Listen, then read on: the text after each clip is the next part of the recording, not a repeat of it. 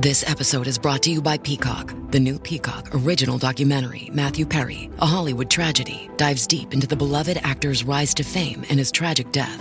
5 people, including Perry's personal assistant, 2 medical doctors, and an alleged Hollywood drug dealer known as the Ketamine Queen, were charged with conspiracy to illegally provide Perry with the ketamine. Explore the details of the case in this heartbreaking special, streaming now only on Peacock. People don't realize their food is going to get less safe as time goes on because of this, because those experts are no longer there to ensure. So less people doing the work of many in these, frankly, understaffed food safety agencies, I don't think realize that they're going to have more food safety issues, more food safety outbreaks, and food will be less trustworthy and arguably more expensive. Welcome to the Spoon Podcast, where we talk to the builders and makers on the front lines of the food tech revolution. I'm your host, Michael Wolf. Today's conversation is with Eric Schulze, a longtime scientist who's worked for the government as a regulator with startups like Upside Foods, in academia as a researcher, and now he's a podcaster. I got to know Eric a little bit when he was at Upside Foods, and when we here at the Spoon started to think about building a podcast network and creating new shows with really smart people, Eric was one of the first people I thought about who would make a great show host. And so I'm super happy his show, Food Truths, is out. He talks to journalists, other scientists, founders, all to get to the bottom of what is going on across the world of food and doing it in an entertaining, clear, and insightful way. If you don't believe me, just take a listen to this conversation, and I think you'll be a believer by the end of the episode. Let's get to it, shall we? All right, one of my favorite people in future food, Eric Schulze. Welcome to the podcast. How you doing, man? Thanks for having me. Always good to see you.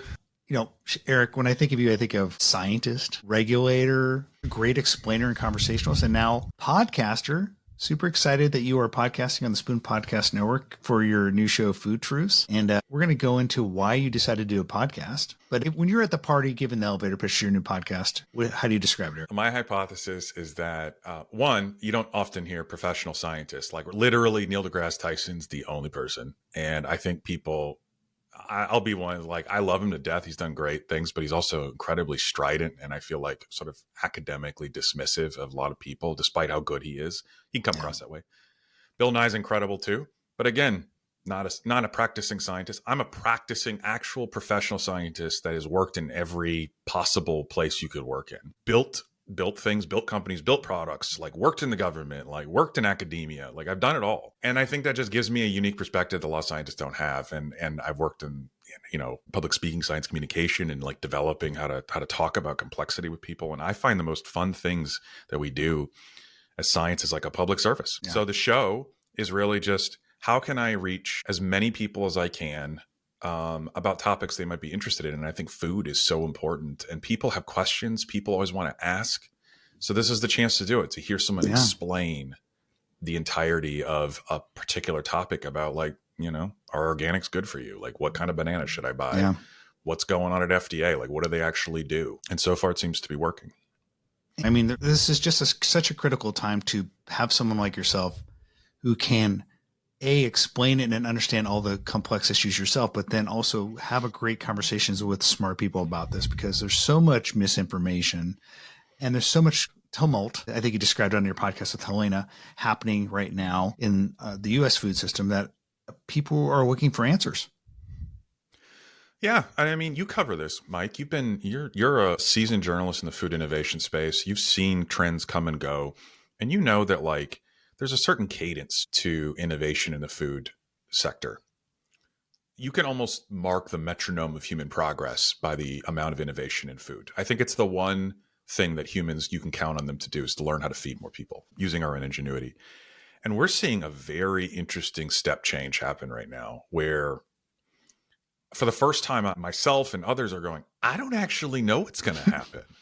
Like, I genuinely don't know. And that, I've never said that before. I've never been like, I don't know. And again, as a scientist, I'm comfortable with that. From there's a point of growth. Science is our proud moments are when we say we don't know something.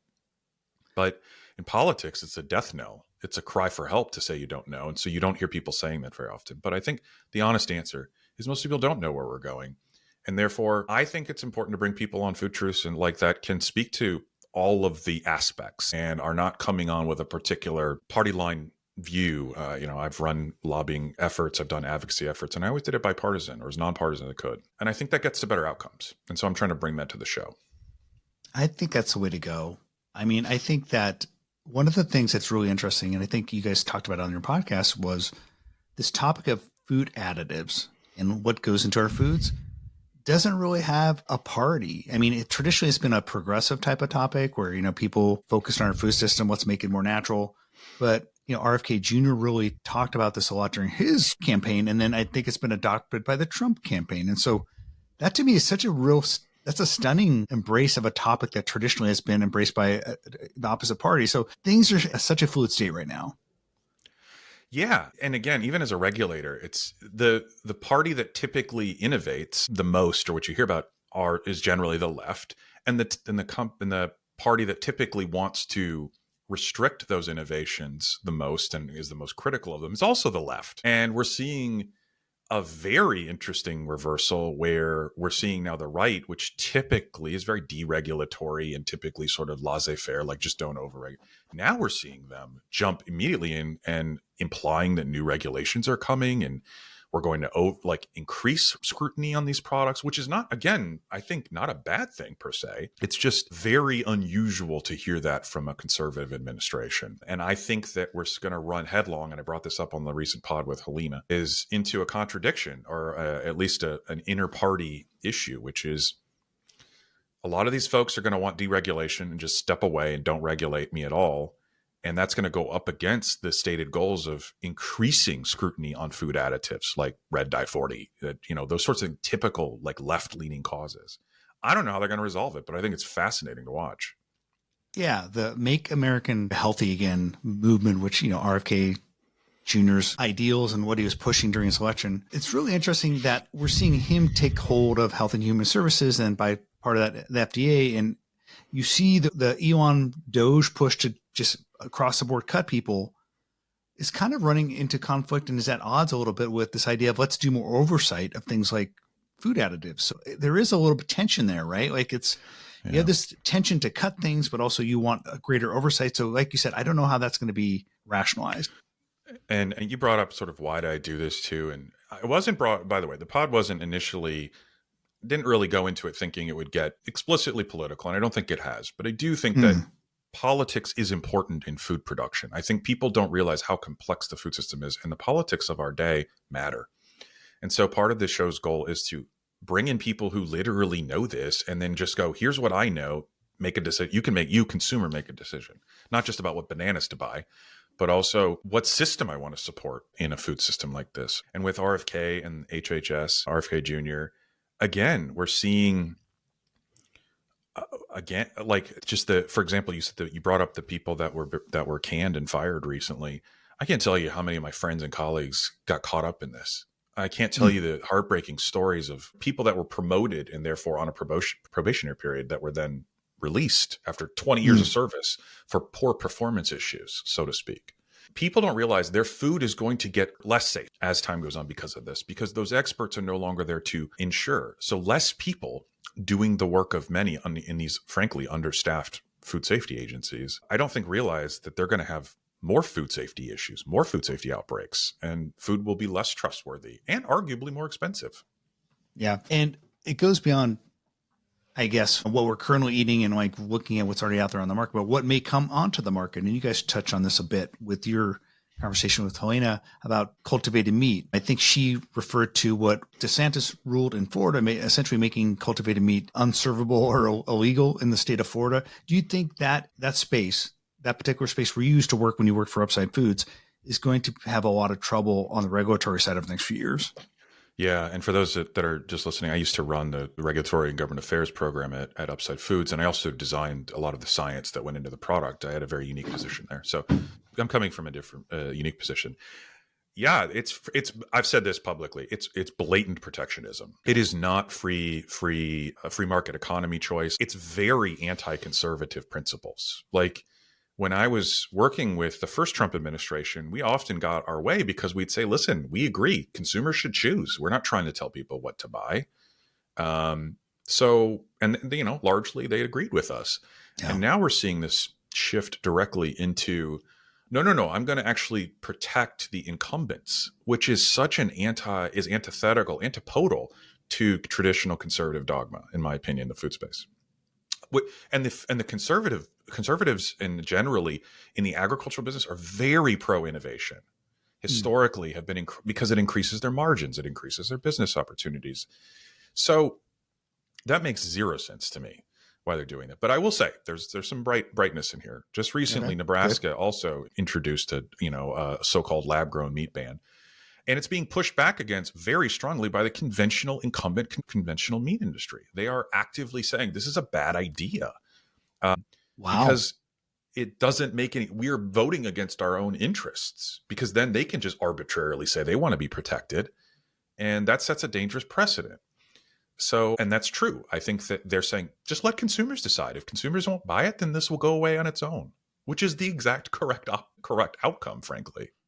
Yeah, I think that's smart because I feel like the cultivated meat space shoots itself enough in the foot that it doesn't need someone else to shoot it. You know what I mean? Like, that's a smart move because they are not necessarily the most savvy. And just in general, like it's a great technology driven industry. I feel like it's been one of the most exciting spaces to cover, but you have to admit in terms of how they ultimately approached the consumer with this, it could have been done better. 100%. And I'll tell you too, being a scientist and having to work in like politics and then regulation and just like running businesses, you're often put at odds with your training because in science, all that matters is you're able to accurately predict the world that will exist, the way the world works, and effectively establish base reality. And saying I don't know is a position, as I said before, of like power. And those are at odds with traditional ways of doing things in terms of like operating within a human society. So I continue to find that, like, for example, cultivated in a lot of the alt protein industry just didn't have the cash to spend to fight this. Like they have, you're raising hundreds of millions of dollars, but that's a drop in the bucket for how much money the conventional meat industry makes. An average sized meat processing facility in South Dakota is, producing over 1 million pounds of meat a month, in some cases a week, depending on what you're doing. Yeah. And their revenues are nearly in the trillions of dollars. So you just can't keep up. It's like a whack-a-mole game. And they tried to take a page, Bruce Friedrich and Good Food Institute and others tried to ultimately take a page from the energy industry and look towards the government and non-venture funded sources of money to say, hey, if we think this is a strategic area, if we think we need to help fuel this to help humanity survive in the future, we need alternative sources of funding. I just don't think they ever found. It was also like the financial or the economic headwinds were stronger against them this time around, the past couple of years due to COVID, et cetera, but they just never found the groundswell of support there. Yeah, I can agree. I was also working heavily on getting federal investment into the space to alt proteins and, frankly, any innovation in the conventional meat industry. Like I wanted innovation funds to be available to anyone who wants to, in good faith, make money, but also feed more people in a sustainable way. And while that got a lot of political traction, we'll find out in the next farm bill. But again, to those of you that if you're still listening, and I hope that you are, like my goal is to just get the bullshit out of all the things you hear in food. Again, like I myself as a scientist have to constantly sift through what I consider the bullshit of like claims made about food. And it's hard to study food and nutrition, but there's plenty of people that do it. So whether it be cultivated meat or like, again, produce or like your everyday, like ultra processed is coming up a lot in the pod. And I'm asking everyone to define it because frankly, I think there's different definitions for ultra processed. Yeah. Curious what you think. So I just want people to have like a straight dope answer basically. And then it might change. If the evidence changes, I'll be like, hey, listen, the evidence changes. I changed my position on this. And I hope you trust me by being an honest broker of reality. You being a food scientist, maybe people will approach you differently, but what I just see generally in conversations with circles of friends on social media is there's so many self-professed experts of food. It could be your aunt, your buddy on Facebook, and so much of it seems wrong, but I think so much of it is they built a passion around their belief system based on what's worked for them or something that they were told. And so much of it may not be grounded in years and years of research or studies, but just so much bad information there, and it's so entrenched in people's minds. Yeah. Just think about, is coffee good for you? Like how many times we hear reports, oh, coffee, new study, coffee is great. New study, too much coffee might be bad. Coffee's bad. Like, it's a carcinogen. It's great for you. That's right. Red meat is high in protein. Eat it. Red meat actually gives you colorectal cancer. I understand the frustration people have. It's like so hard to follow this. So to a certain extent, I think that there's some justification in being like, okay, well, if I can't get a straight answer, I'm going to have to make the answer. And of course, if you're feeding your family, you don't have time to think about it. You got to make a judgment call. So I'm trying to fill that gap with the guests and just go like, here's what we think that, like, for example, like coffee, it is almost certainly very good for you in the long run in the amounts that we typically drink it. It's actually one of the largest sources of antioxidants that most people with a modern diet actually have, if for that reason alone. Same thing with tea. So I just feel like no one actually just says the flat out conclusion with all the evidence. And we're trying to get through. There's a lot of topics. But I also think, to your point, Mike, food is something people intuitively understand because it's just something you become an expert in by existing. And so everyone has an opinion, which is in some ways completely valid. And I want to actually sit with that with guests. And most people don't know this, but you can send in questions to the show. Like we will tackle a specific topic if you have a thoughtful question. And I know Mike can provide the contact in the show notes, but we want people to write in and go, I've always wanted to know about this. Can you bring someone on to talk about it? One thing I do like about the way people are sifting through food information today is there's a greater recognition overall societally and just more generally is that food is a big contributor to your health. And if you have a long-term health problem or if something's going wrong, you should look at what you're eating and putting in your body and not just assume that you need a pill for it. And I think this, again, spans the belief system, whether it's right or left. People are starting to think food is medicine, food as medicine. How does what I'm eating and putting in my body affect my health outcomes? Yeah, this food is medicine movement is getting a lot of traction. I actually think it crosses party lines. You'll find a lot of people on the left agreeing with the MAHA movement on this. And I think that's a good thing. I would love to find more common ground arguments, especially for chronic health issues related to dietary choices. We're one of the countries with the poorest outcomes in this. And so I think people completely get where, for example, we're going politically on that. As you said before, I don't know how implementation is going to go, but for people's choices, they deserve, in my opinion, an honest broker. And I like to think that myself and the guests can serve as that. And I think that's fully within the Spoon's mission too, because the Spoon podcast network especially is focusing on like all issues around food and food production, food innovation. So there's a whole ecosystem around this now. Yeah, it's just one of those areas that I think people are endlessly curious about, and all the different overlapping concentric circles of health, nutrition, food, taste, entertainment, enjoyment. I feel like, Eric, I spend my whole day revolving what I'm going to do around my meals and what I've eaten. And I feel like I'm not that different than a lot of people. Like food is so central to your life.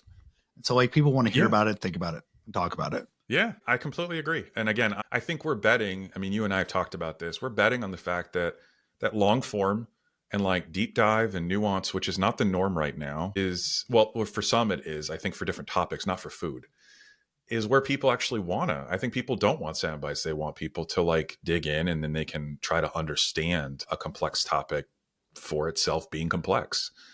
And again, I think the show does that. And with people who passionately care about like that topic. And like even we haven't released the episode yet, but I spoke, and one of my most famous, like fun conversations also was with Susan Main, the former director of the Center for Food Safety and Applied Nutrition, basically the head of the F in FDA. She was there for 20 years. We worked together. She was my boss.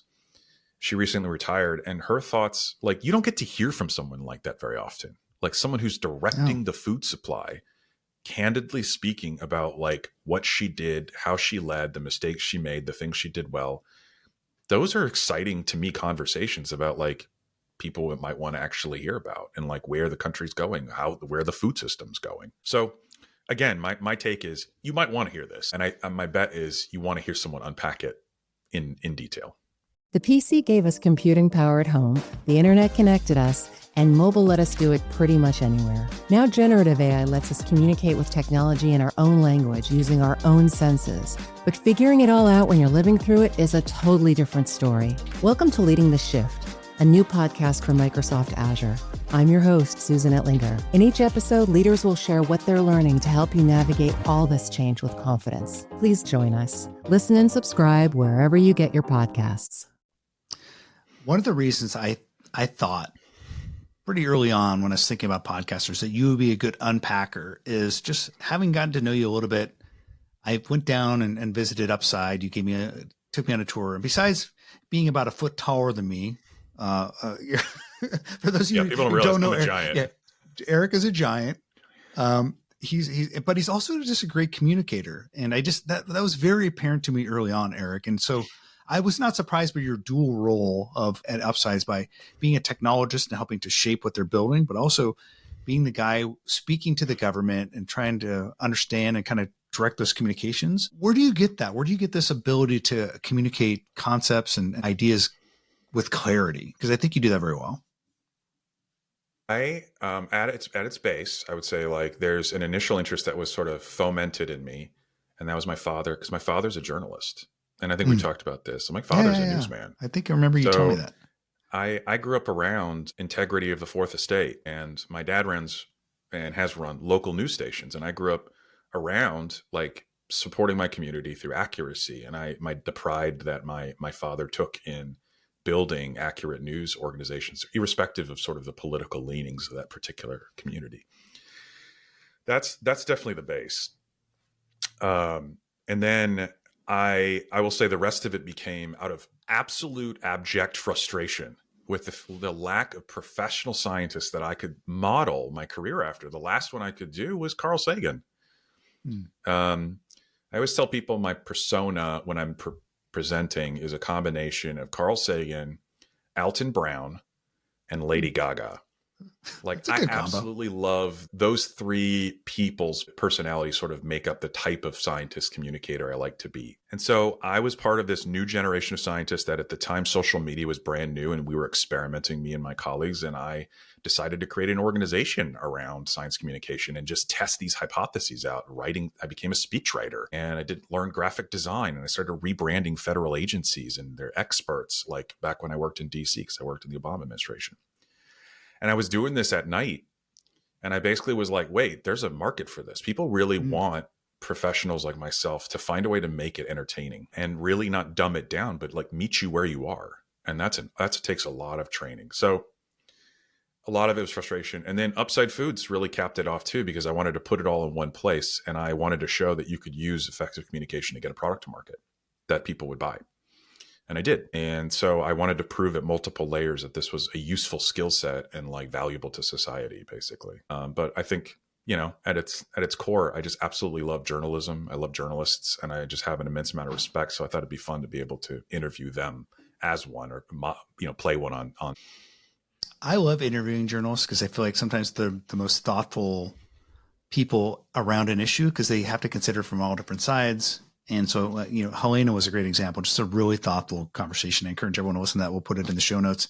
But when I was looking over your background, I knew that your dad had worked in media. I think you also, to a certain degree, have consulted on it. I think you worked with I think it was like a Morgan Freeman TV project. Yeah. So you've actually advised on TV shows, right? I've hosted. I launched. That was the premiere show for the Smithsonian. They created a digital studio, and it was an on-air show that was meant to produce evergreen scientific content where it was vetted by Smithsonian scientists. And I was the host of their very first show called Ask Smithsonian, which is still up. You can still look at it, and it was super fun. And then you're right. I was also advising for Through the Wormhole with Morgan Freeman, this really juggernaut of a show at the time. And they were rebranding, and they needed to pivot into a new area. It was literally less about physics and more about deep dives into a topic through the wormhole. And I was one of those people that helped them do that. And I was also the host of a very short-lived, never made it to air. I don't think I've talked about this publicly, of a show that was going to compete with Mythbusters on the History Channel.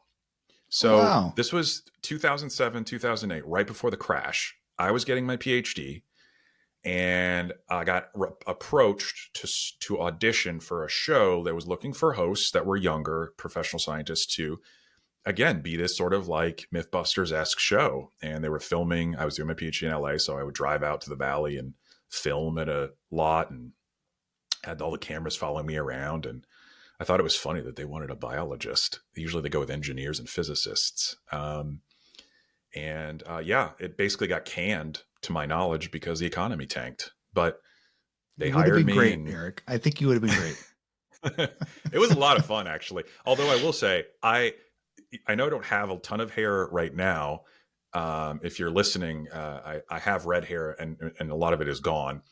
But at the time I had hair and I looked like a young, what's his face from Mythbusters, the co-host. I remember Smith. I think I know who you're talking about.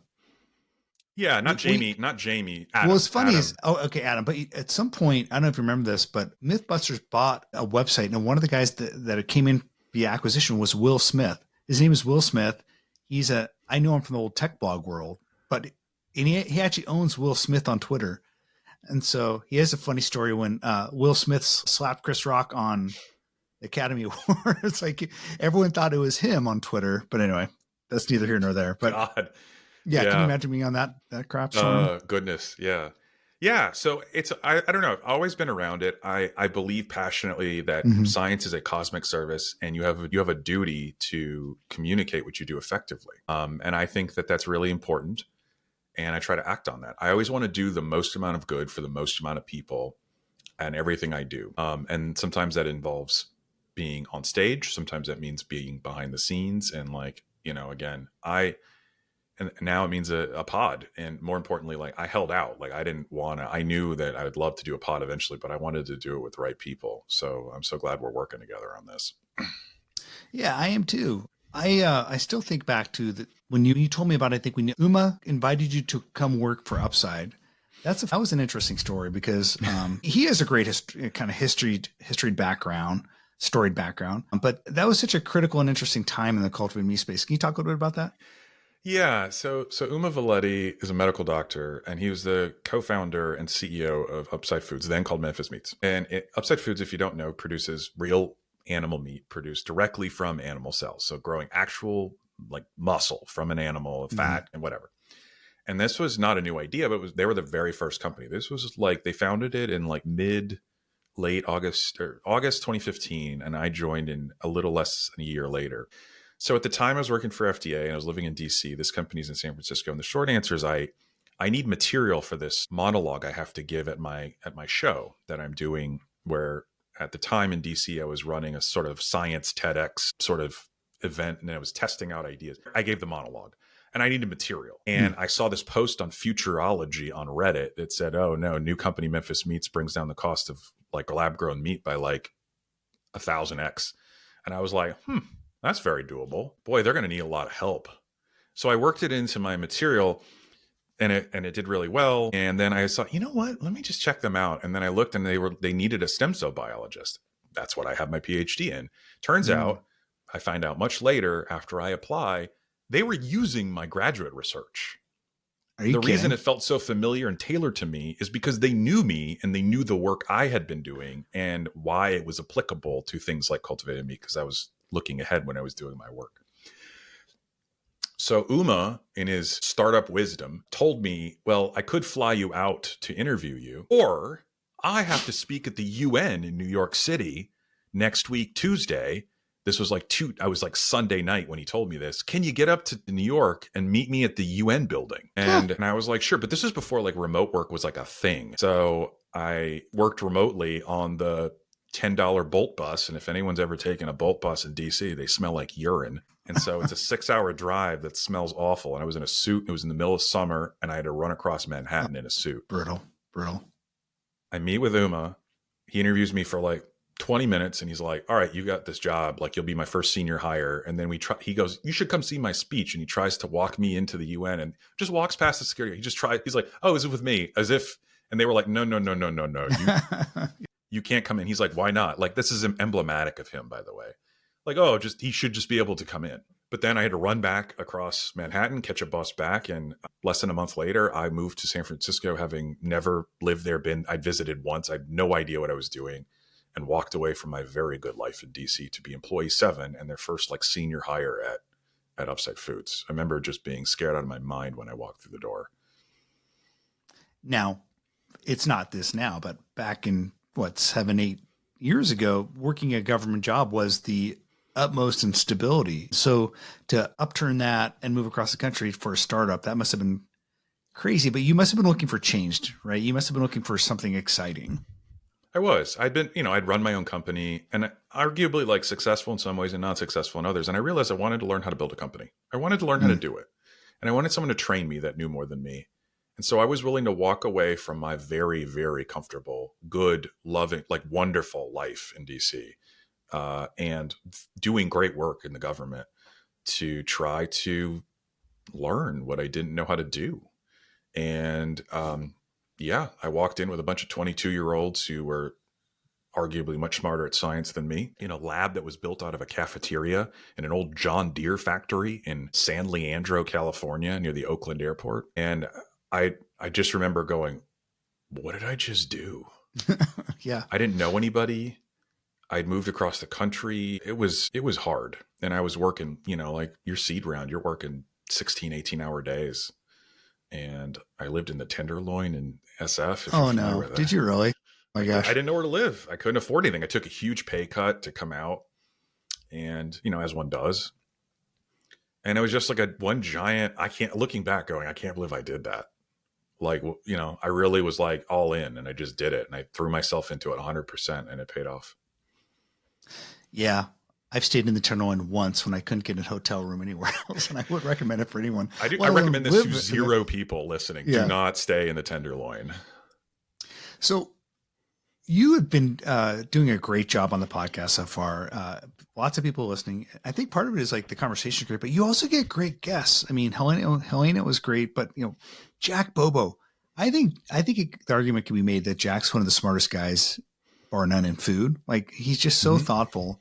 Paul Shapiro, I don't know if there's a more passionate advocate for ending animal agriculture, an articulate advocate for ending animal agriculture than Paul Shapiro. So just congrats on just great guests so far. And I think the conversations have been fantastic as well. Yeah, thanks. Yeah, it's a lot of fun. We have, and as you know, like we have a lot of really good guests coming up. They'll also move into celebrity chefs and a lot more. We'll see sort of, I think, I hate using this term, but I think it makes a lot of sense, like food influencers and stuff. I'd like to have people that have some credibility there come on. And of course, if you're listening, I'm very interested in learning. I don't know everyone that is doing cool stuff in the food space. That's up for Mike. Mike knows everybody that's doing things that are cool in the food space, if you're listening. So reach out. I think I love to interrogate and figure out what you know. And I'm really excited about the guests we have coming up. So I think, stay tuned, obviously like listen to the show. It'll always be a really thoughtful person that's doing something. And then also I want to say, I'm bringing in more people that represent what I'll call traditional or conventional, conservative views in the like agricultural community, because I think they have really important things to say, really important viewpoints that I think want to share. And also I think people have a lot more in common with than they realize. I agree. So imagine some more ranchers and farmers will be on the show too. Hey, nothing wrong with food influencers. I just had one. I was giving a talk, running a panel at the Fancy Food Show, and I'm looking in the front row, and there's this guy looking back. I go, I know who that guy is. That's Bill Oakley. I don't know if you know who Bill Oakley is, but he's the head writer for a long time for The Simpsons. He had a show called a bunch of other shows, and he's become this great food influencer. He just does these burger reviews, chicken sandwich reviews on his Instagram. And so I was a follower, and and sure, my panel's done, but as soon as first thing I do is I walk off stage and go up and introduce myself to Bill Oakley. But anyway, and he came on the podcast. So I just published that podcast yesterday. So he's a lot of fun. So there's nothing wrong with food influencers, especially interesting people like Bill Oakley. And Oakley. Also, speaking of a show that hired smart people, sort of across discipline, The Simpsons had scientists on there as well on staff. Futurama famously had mathematicians on staff. I'm sure did The Simpsons they must have done a cultivated meat joke at some point. Have they? I'm sure they have. I used to always think like I'd watch SNL hoping that Weekend Update, we'd finally get a joke on. I knew we'd made it if we'd made it in a Weekend Update, and only Impossible Food had made it on there to my knowledge. They were name dropped at one point. But yeah, it's a ton of fun. There's no shortage of people with an opinion about food. I just want to find the smartest ones and ask them lots of wonderful questions so that people can learn from them. So we have those coming up. But of course, if you're interested and you think you're one of those people, please do reach out. Yeah, we'll put how to reach out to Eric in the show notes. The show is called Food Truce. Your host is Eric Schulze. And Eric, this has been a lot of fun. Thank you, man. Thanks, Mike. Always a pleasure. All right. That was Eric Schulze of the new Food Truths podcast here on the Spoon Podcast Network. Please subscribe. The link is in the show notes. You will not be disappointed. All right, folks. Thank you for listening, and we'll talk to you all soon. If you enjoyed this episode, why not share it with a friend? And don't forget to give us a 5-star review. You'll find more content like this on thespoon.tech/podcasts.